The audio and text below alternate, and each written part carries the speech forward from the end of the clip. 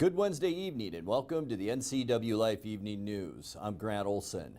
Before we get to today's top news stories, let's take a quick look outside our weather window. And snowing this morning. It began around 9 a.m. this morning. Snowed off and on throughout the morning and into our afternoon, and then some clearing skies by about mid-afternoon today. This from our Sky-Fi tower camera in the Hose Landing area around Orondo, looking back at the hillside with that light dusting of snow. As usual, East Wenatchee, a little bit more snow than what fell in Wenatchee, but it was nice, wet moisture. And what we thought we would see today is pretty much what we got around the area as far as snowfall accumulations. About an inch in the Wenatchee area, and that's about what everyone had in north central Washington, 1 to 2 inches. A little bit more towards our west, of course, in the gold and yellow areas, maybe 4 to 5 inches in the mountain passes. But all in all, a weak storm system that moved through, but there is another one that we'll talk about coming up in your weather forecast a little bit later on. And now a few of the news stories we're following for you tonight. The woman killed in a Christmas Eve house fire near Lake Wenatchee has been identified. An Oregon couple is in custody after allegedly going on a shopping spree, spending thousands of dollars using fake credit and gift cards. And the public has weighed in on the proposed Leavenworth Adventure Park, and most are saying they don't like it. But first, we begin tonight. It was no holiday for firefighters in East Wenatchee as 2 residential structure fires kept crews busy over the past 24 hours. Douglas County Fire District 2 firefighters were called out this morning to a mobile home on fire. It was located at a trailer park off Kentucky Avenue. A neighbor, Victor Dominguez, spotted it and called 911. Well, I woke up this morning to go to work and I seen there was black smoke coming out of that trailer right here across from my parents' house. And I noticed that it was pretty dark and I kind of smelled something funny. I kind of went up to the door and I seen there was a flame coming out the back window. And in that moment, I told the lady to get out with her family. I knocked on all the neighbors' houses to get them out of their homes. And well, right here now, trying to help out the valley, the neighborhood right here, even though it's a small one, but, there's people living here that have a life, Assistant Fire Chief Cam Phillips says the fire caused extensive damage to the rear of the structure. Homeowners made it out safely. No one was harmed, and once they were able to get out of the way and move some cars, we had access to get our fire trucks in here and start fire attack, and it took us about 10 to 15 minutes to get it under control. Unfortunately, it sounds like there's a few pet geckos that did not make it out safely. We were able to find one gecko that was able to get out safely, and also their pet cat made it out safely.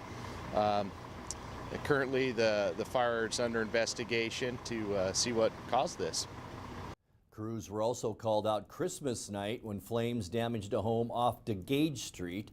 The home was located near the Douglas County 2 fire station, and crews were able to access it quickly. Damage was restricted to the fireplace and chimney. There were no reports of injuries. Well, the woman killed in a Christmas Eve house fire near Lake Wenatchee has been identified as 71-year-old Christine Humphreys.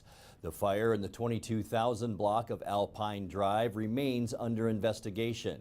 Humphreys' husband and son were able to escape the fire, which was reported about 9:20 Monday morning.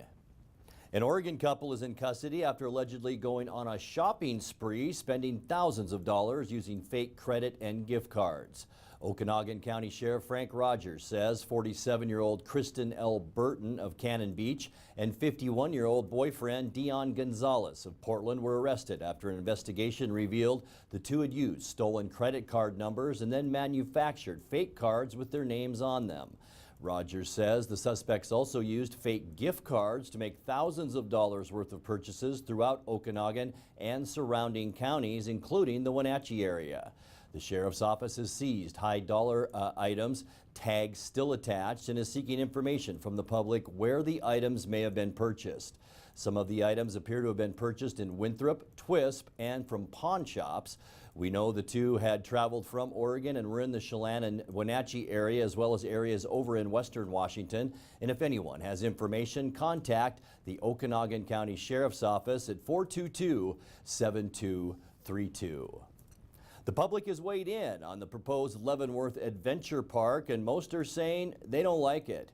Dozens of comments were submitted to the city by its December 19th deadline, the majority saying the development will be too noisy and make driving and parking in the city even more difficult.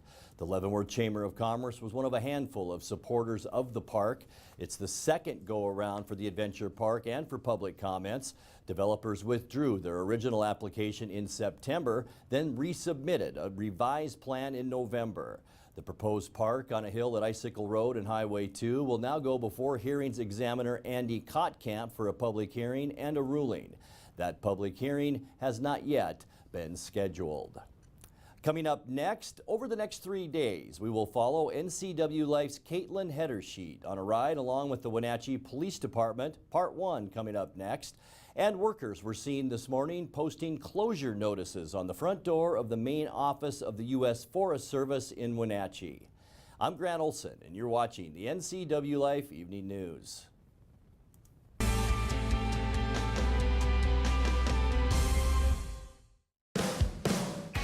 Come find your holiday gifts at Antique Mall at Cashmere this holiday season. With 15,000 square feet to explore, Antique Mall at Cashmere has something for everyone, from coin enthusiasts to avid collectors. For do-it-yourselfers, this is the place to find your next repurposing project. What a great way to make your holiday gifts for someone special, using your keen eye to make something old and new again. Discover your next holiday gift in the Antique Mall at Cashmere. Stop on by today.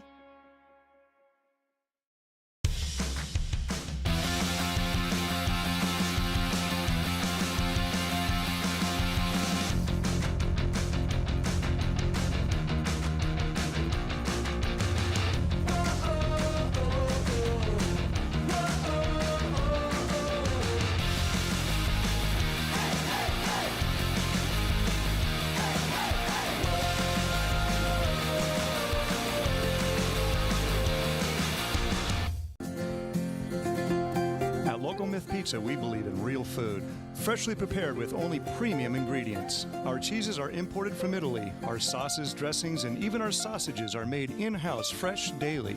Featuring Northwest craft beers and 30 Chelan Valley wines and ciders. Family fun and amazing food.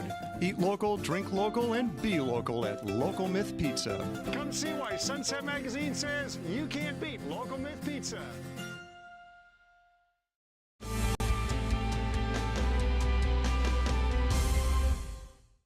Welcome back. And in other news, over the next 3 days, we will follow NCWLIFE's Caitlin Hedersheet on a ride along with Wenatchee police officer Albert Gonzalez as he works his night shift patrolling for DUIs in downtown Wenatchee. I've got eyes on them. For the first time since 2012, drivers under the influence of alcohol and one or more other drugs, also known as polydrug drivers, have become the most common type of impaired driver involved in fatal crashes in Washington state. According to a 2018 Washington Traffic Safety Commission report, by 2016, the number of these drivers was more than double the number of alcohol-only drivers. Throughout his night shift, Wenatchee police officer Albert Gonzalez is working to spot impaired motorists within the city of Wenatchee. With more than 50 DUI arrests in 2018, Gonzalez is leading the charge for getting dangerous drivers out from behind the wheel. If I'm looking to get DUIs, I'm probably going to be right here, where there's a bar on every block, and I'm probably going to be just making sure that everything's good here and that there's no major egregious traffic violations going on. You would be surprised how many times I'm just driving through here, minding my own business, not even looking for one, and a car runs a red light right in front of me, or dang near causes a collision right in front of me, or I've had before where cars almost hit me, and it ends up being a DUI. There's a little bit of luck, if you want to call it luck. I go out and I stop cars, like I said, and 90% of them are warnings, and it's just like, hey, just stay off your phone or slow down a little bit, and then on to the next. But you stop enough cars, eventually you're going to run across a DUI. You see that? My guy was driving in the oncoming lane, and he just made a lane change in the intersection. What the heck, man? Officers are looking for clues to help them determine when a driver may be impaired. Gonzalez says there is one clue he looks for first when approaching a vehicle. Odor for intoxicants, for alcohol. Also, how he pulls over is my one thing. I have to put my spotlight on the car to see what they're doing in the car before I get out. A lot of times they'll be reaching into the seat. We don't know what they have. When approaching a driver, Officer Gonzalez says he focuses on their behavior along with answers to basic questions while also running a check on the driver's record. Hey, how you doing, man? Pretty good, how are you? Good. It's a nice ride, man. 2013, 335. This got the twin turbos in it. It's pretty fast, I'm sure. Yeah. There's that back for you. All right, man. Like I said, just checking on you, making sure you're good. So, have a For good night, officers looking for impaired drivers, it's just as important to determine if a driver is sober as it is to determine impairment. I was advising him. For this traffic stop, Man, I'm Gonzalez clearing. says after looking for clues and talking with the driver, he was able to make a sound determination. So there you go. Case in point. Not impaired. I think he was just messing around in the car or something. He says that this car is new to him. He has never driven it before. It's his mother-in-law's. So that could be. According to Gonzalez, there is no typical impaired driver, as he stopped anyone from teenagers, teachers, attorneys, and doctors, even a police chief from another state. Regardless of their status, impaired drivers often feel a DUI charge brings life as they know it to a halt. People think it's like a life-ending arrest. And it could be, I don't know. I've never had a DUI, obviously. But, I mean, it could be for a person. Shoot, I know that if me as an officer, I got a DUI off duty, yeah, that would probably be like a life-ending moment for me. That's my career. So I understand why DUIs are nitpicked and heavily scrutinized. And everything that's done in the DUI is looked at with a fine-tooth comb. As our ride-along continued that Saturday night, Officer Gonzalez was able to make contact with several impaired motorists, including his very first felony DUI.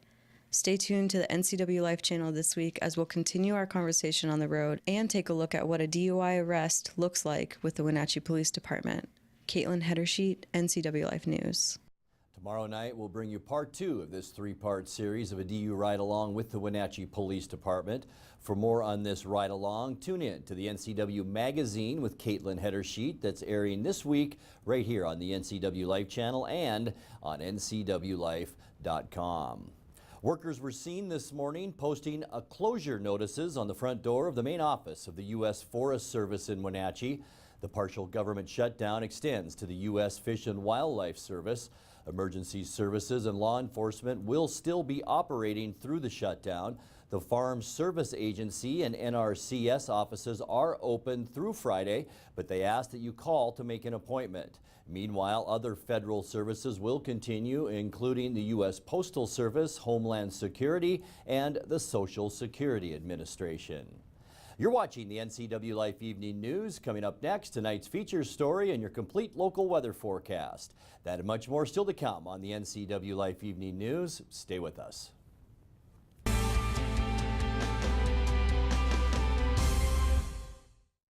Since 1932, Camp Seneca, nestled on the beautiful shores of Lake Wenatchee, has provided children grades 1 through 12 with the ideal location for kids to learn new skills, have fun, and make friends while creating memories that will last a lifetime. Camp Seneca's rustic log cabins and their staff serve to provide each group a unique summer camp experience. Register for Camp Seneca today, www.campfirencw.org. So Pam, how's your mom doing? She's okay. She's struggling. She'd like to stay in her house, and it's getting harder for her to do the daily chores. What kinds of problems is she having? Just basic house cleaning, you know, taking care of her house, yard work, taking care of her medicine. Mm-hmm. It does sound exhausting. It is very exhausting, and I always worry about her. Aging and Adult Care can assist you or your loved one to remain comfortably and safely in their own home. Contact them today to start the conversation.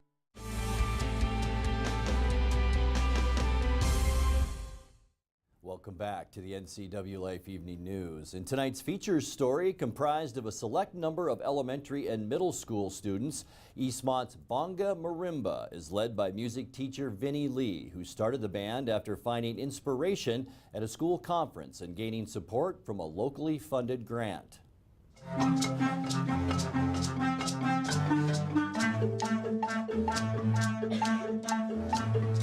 Our instruments are fashioned after an African-style marimba, and the music that we play is inspired by the Shona culture from Zimbabwe. And so I looked up Shona words, and I found 3 different words, and one of them was bonga, and bonga means wildcat. And we're from all the elementary schools in Eastmont School District.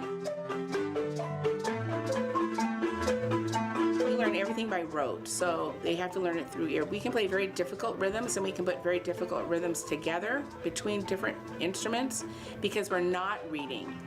And I can say a rhythm, I can sing a rhythm or clap a rhythm, and they all go, oh yeah, I get it. And they will do that rhythm.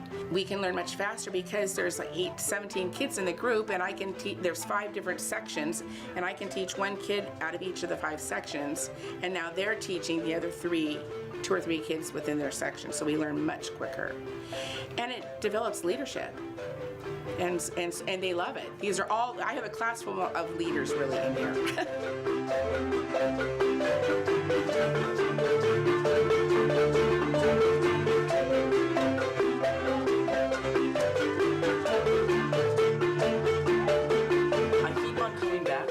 I just love the teamwork and just the friendship in this room that keeps the music going, and yeah. I think it brings confidence because we are going out into the public all the time, and 2 years ago we had 21 gigs, so in one school year. And they get so comfortable, and I don't let them play a tune until they know it well, so that way when we do go into public, they're successful. I had heard it in 2nd grade at the talent show, and I just thought it was really, really cool. And when I got my letter, and I was just like, oh yeah. I don't know, it's just like, I feel the music pulsing beneath my feet, and it's just like, what makes me want to jump in and stuff and dance. I am so thankful. I am so thankful to Eastmont School District. It's a way that I can end my day on such a good note every day. It's so uplifting, and the music is just really uplifting. But I think that it's just working with the kids and knowing, I know I'm bringing up this next generation of kids, and they're becoming leaders in their music groups up at school. A lot of these kids are in a band program, and they're going on into percussion.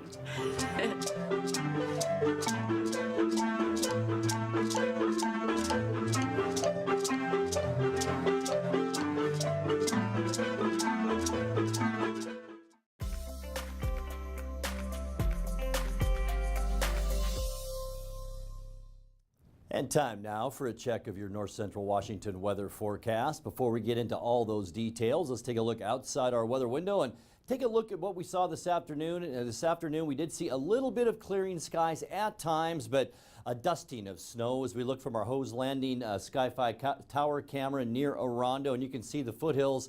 A little bit more snow up in East Wenatchee. Wenatchee not so much, but the moisture, good to see that around the area. A bit of a break, and then another storm system, and then a bit of a break, and then another little storm system. We'll get to that in a second. But today's high temperature, we didn't warm up all that much from where we started.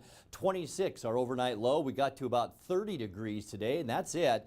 31 is our normal high temperature, 22 is our normal low, so about where we should be for this time of year. 56 our record high back in 1980. Our record low was just 10 years ago in 2008 at 5 degrees. A couple hundredths of precipitation the past 24 hours. I think that will tick up a little bit when we get together tomorrow again. 6.91 inches now for the year. 7:47 was our sunrise this morning, and sunset getting a little later now as we're gaining more daylight at 4:16. Let's take a look at that surface loop. And 10 o'clock tonight, this is what we'll see. Cloudy skies, maybe a few isolated snow showers still lingering around parts of north central Washington. That's about it. And then a bit of a break as this huge area of high pressure kind of takes control of our weather for Thursday. We'll see mostly sunny skies and mild weather for your Thursday. This is shot at around 2 p.m. and hardly a cloud or moisture in the entire state of Washington. But then some low pressure moisture gets tied up in this clockwise flow from the high pressure.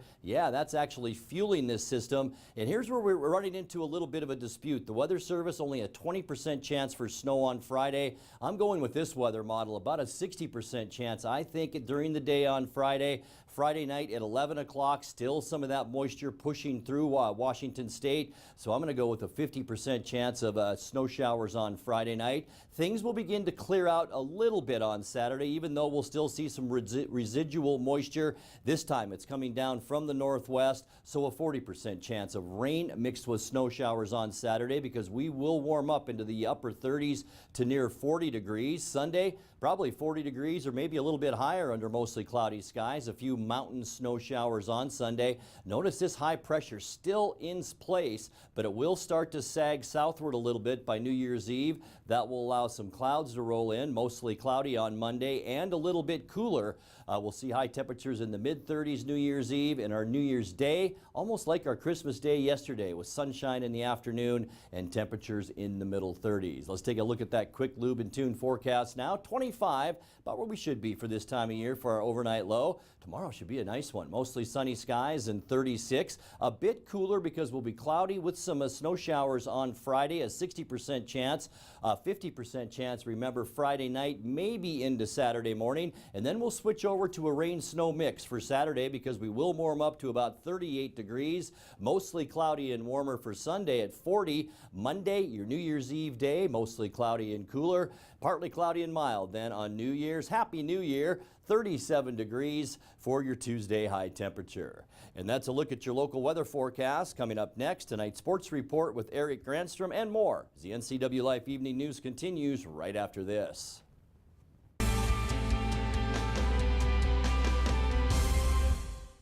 Everything we do is about delivering very high quality care and keeping our patients safe. We really work as a team here, and so that's really what makes it worthwhile. I give 100% every day, and I do that because I work for a company that I believe gives 100% back to me. The bottom line is we genuinely care about our employees. It is the most incredible place to work, and you will be inspired every day.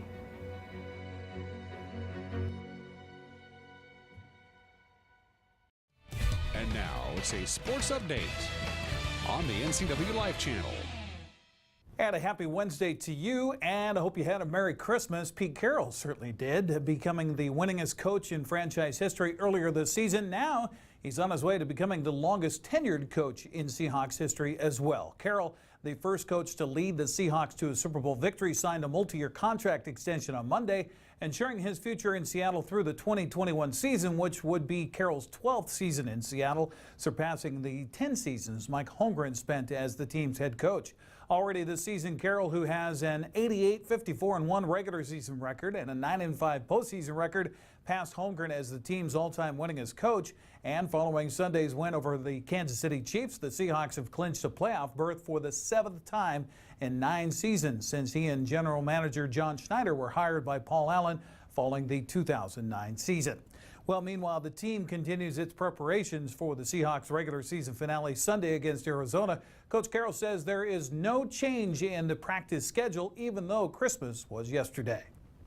We're not changing anything. We're going to do like we do and go for it. And, you know, I'm not sure what it means or where we play or whatever, but it doesn't matter. We have to keep doing what we're doing to keep the momentum going and the precision that it takes to keep sharp and all of that. We're not doing anything. There's no other circumstance but to go take it like a championship off and go for it. Now, Seattle leads the league in the turnover margin at +14. That's 2 better than Houston and Chicago. Coach Carroll says protecting the ball is what it's all about. That ain't nothing better than that. That's as good as it gets for us. That's what spells your chance for success. And we couldn't be more committed to that thought. That's exactly where we want to be. And we got another week to see if we can hold that. Just as a little sidebar kind of emphasis, we'd love to wind up on top of the league in that area. And it really, the number one aspect of that is we've gone 8 games without turning the ball over. I mean, that's a fantastic number. I don't know how that compares with other teams, but that's an incredible number. And everybody contributes to that. Russ has a huge part in that, and he's great at not giving him the football, but everybody contributes. We watch video every week of our technique versus what's going on around the league, and you saw the ball that got punched out and how loose that ball was being handled. That was a tremendous disciplined attempt by Justin Coleman to take a shot when the opportunity arose, when a guy was vulnerable, and those aspects of the coaching are so crucial to us, and we take such great pride in it. It's exactly where we'd like to be. Defensive end Frank Clark has emerged as one of the league's leaders in pressuring opposing quarterbacks. Clark has 12 sacks and 41 combined tackles this season. Coach Carroll is very pleased to see and hear Clark's progression. It's been marvelous to watch him grow. He's just grown within the program. How many years has he been here? Is this 4? Yeah, okay, so like he's a senior now, you know, and he's acting like it.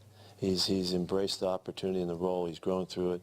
You know, there's that freshman year, and then the sophomore year, and then and he's just grown up right before our eyes, and he speaks so clearly about how it all works and how it fits together. And I was listening to him on the radio last night when driving home, and I was just so pleased to hear him have such clarity in what his purpose is and how it all fits together. That's so valuable for a young man, and it's just marvelous to see. Here's a little sample to wet your whistle for the game on Sunday.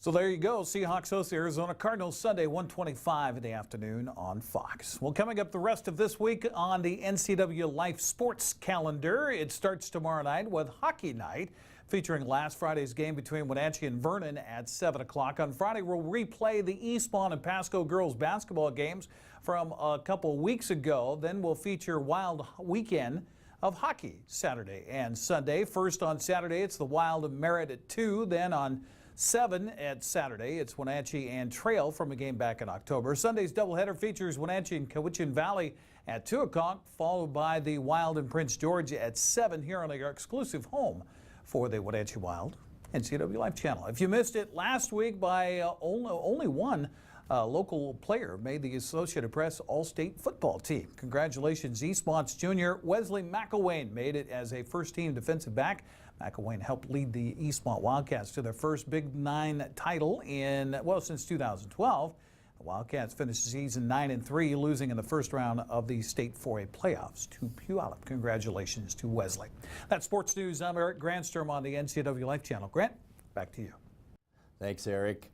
And that's going to do it for our newscast tonight. For more on these stories and other news from around North Central Washington, you can find us on Facebook or our website at ncwlife.com. And remember, if you see news happening, we'd like to hear from you. You can send us an email at news@ncwlife.com or give us a call at 888-6295. Also, keep it right here on the NCWLIFE channel tomorrow morning for Wake Up Wenatchee Valley with your host, Dan Kuntz. I'm Grant Olson. Thanks for joining us and have a great night.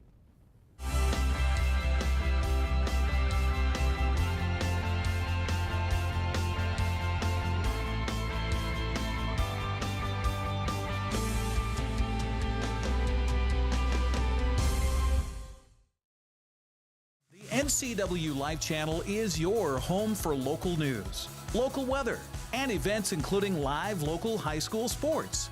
Watch inspiring local shows featuring local people. Don't miss Wake Up Wenatchee Valley. Let's Learn, Guada TV, Street Talk and Other Stuff, the 12th District, Life with Lisa, and the Arbiter of Stoke. NCWLIFE channel is your local TV station. Are you watching me? If you're watching me and you are a business owner in North Central Washington, your potential customers could be seeing your TV commercial right now. With Solely on Broadcasting, TV advertising is effective and affordable. Place your ads on the network best suited to your potential customers or get top-of-mind awareness with 16 cable networks, including NCWLIFE, your local TV channel. Give Solely on Broadcasting a call at 888-2020 today to see how easy and affordable it is to advertise on TV. Hey there, Wenatchee. I'm Sean Lee, and I'm inviting you to check out the NCW Movie Guide to keep up on what movies are playing in our town.